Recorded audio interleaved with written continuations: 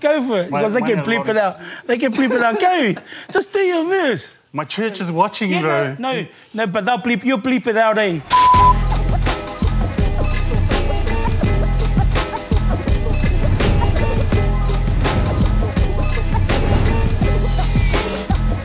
Major turning point for a lot of Aotearoa hip-hop culture. It was just so powerful and so real. Summer in the Winter is life coming out of those boys. This is Johnny Sagala and my man Santan from the Lost Tribe. Summer in the Winter, if you know, you know. They all were unique and different, Yeah.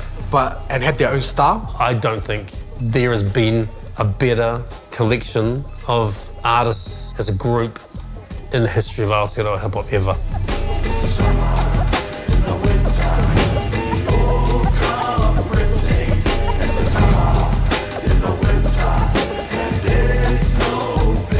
The good thing about Lost Tribe is that they were from all the islands. They're represented everywhere. We were all from different tribes in the Pacific. That's our meaning of Lost Tribe. Which was a major coup for us at that time. There's the Rarotongan, Samoan, Tongan, DJ Things from New Wave. We're in Auckland. We're lost from our own islands. Our people back out in the streets and in the neighborhoods were separated in their own little cliques and crews where Samoans wouldn't hang around the Tongans, Tongans wouldn't hang around the Niueans. We were all like had the same backgrounds and upbringings. It brought us closer together. This is the beauty about Lost Tribe. When we come together, talofa lava, you know, whakalova lahi atu. Powerful words, man, maloi lele, you know. And you got Nissan Bula Vinaka. And so these things, these are real deep concepts that we carry with us. Got the United Nations up in there. The Pacific nations. It was amazing to have like-minded brothers sticking together. Talk to a Maori, Tonga, and a Samoan. Next thing you know, we're friends. And we're the found tribe. This is the summer in the winter, and there's no pity. What's up? Sunset from the snow. No, I don't think so. I'm really cold in my summer clothes. What does that mean, summer in the winter? Well, basically, summer in the winter meaning summer, that tropical islands, and winter being Aotearoa as it is today, you know, the coldest island in the Pacific. You know, it was about coming in, you know, as people of the sun and the islands, but migrating to Aotearoa. The concept of Phil Fuimana said, let's create an album of a journey of a Polynesian man coming from the islands and then how to survive in New Zealand and amongst that time and that era. If you look back in the whole migration story, you realise our parents were very purposeful in the journey. They had a purpose for their children and they had a vision for their children's children. I cried a lot when I got here because I didn't know we were coming here to stay. They just said, "I'm coming here for a holiday." Oh, it's a long holiday. Because the whole concept was about upliftment of Polynesian people. But we're the baby boom. Had schools, fortunate to go to schools and get education and learn to speak English, spoken language for us to have a communicate. Don't forget where you come from. Know where you come from to know where you're going. So that was the whole concept of it all.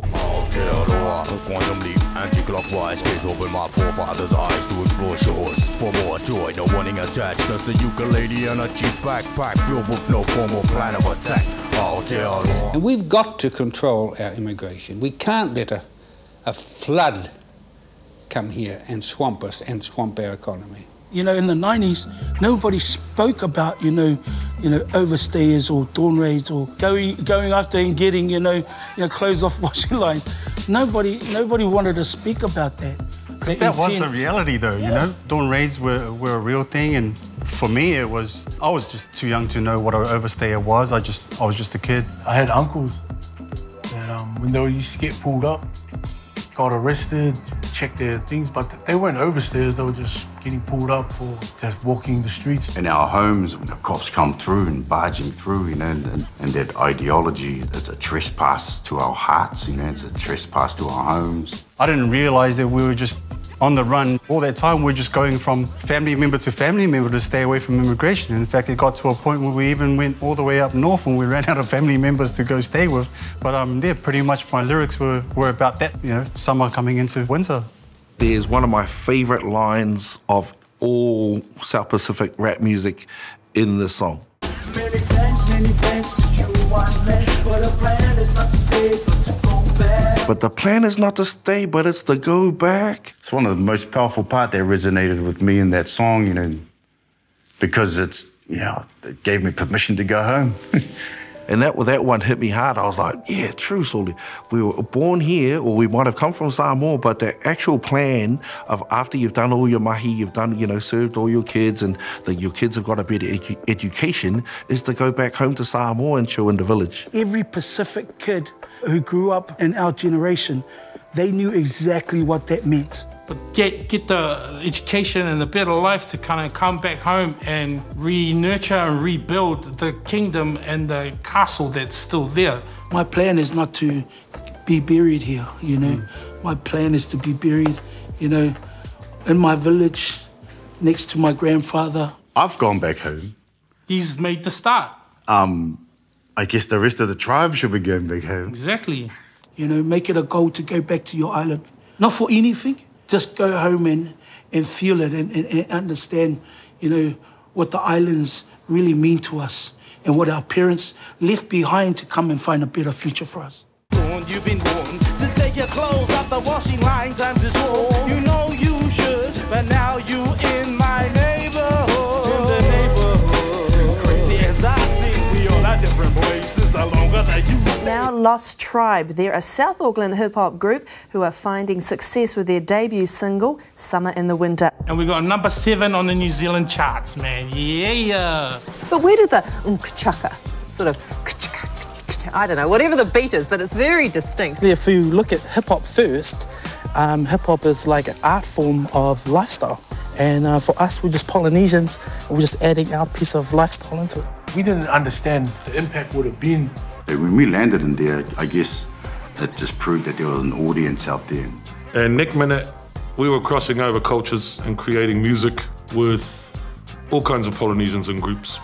We come through in the mid-90s, and after us in the late 90s, you had the same formula, but it was more refined. Now, they were a huge inspiration in terms of thinking about the unthinkable or the impossible and still trying to do it. Being able to put our feet down as not tangata whenua, but as a Samoan MC was a great thing for us, and being able to see other Pacific Islanders, it was something super dope. This is something that we have been on a journey on for a long time.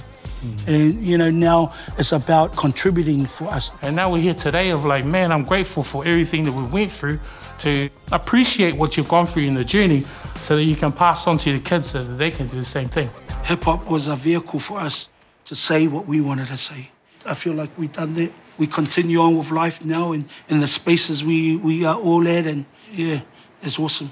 I guess that spirit is still with us, and we want to give that to our children. And have to pass it on, man, to learn the value and the depth of why it's important to know your heritage, to know your lineage, to know where you come from. Like 2000 was like the last time we kind of like were together, and that's 22 years ago. Love you, brother. Love you, brother.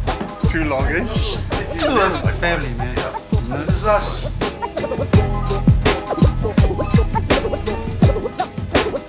Came, played tickets some couldn't afford. So in search of different shores. Jumped off at a wharf. Fresh our boats to a new port. And stow away, look for cousins up north. Brown color joining in the fucking rap race at the starting line. Rookie factories from 5 to 5. Crazy as I sing, we all at different places. The longer that you stay, change your fading faces. Using water to try to wash the brown to pay on like a slaughter. A tool for the future, but remember, never lose the culture in the future. Aotearoa. Last destination from streams of Hawaii. Can somebody tell me how migrations of Pacific countries became unhappy on arrival to New Zealand in the 70s? Facing that pace that's been man-made, like that unsurprising call named Dawn Ray, planting seeds of demons for their distinct taste. Therefore, set pace to the baby boom brown race. Still here today, inheriting the boom ways that calls upon our voice of today. Whose voice? Many thanks to you, white man. But the plan is not to stay, but to go back.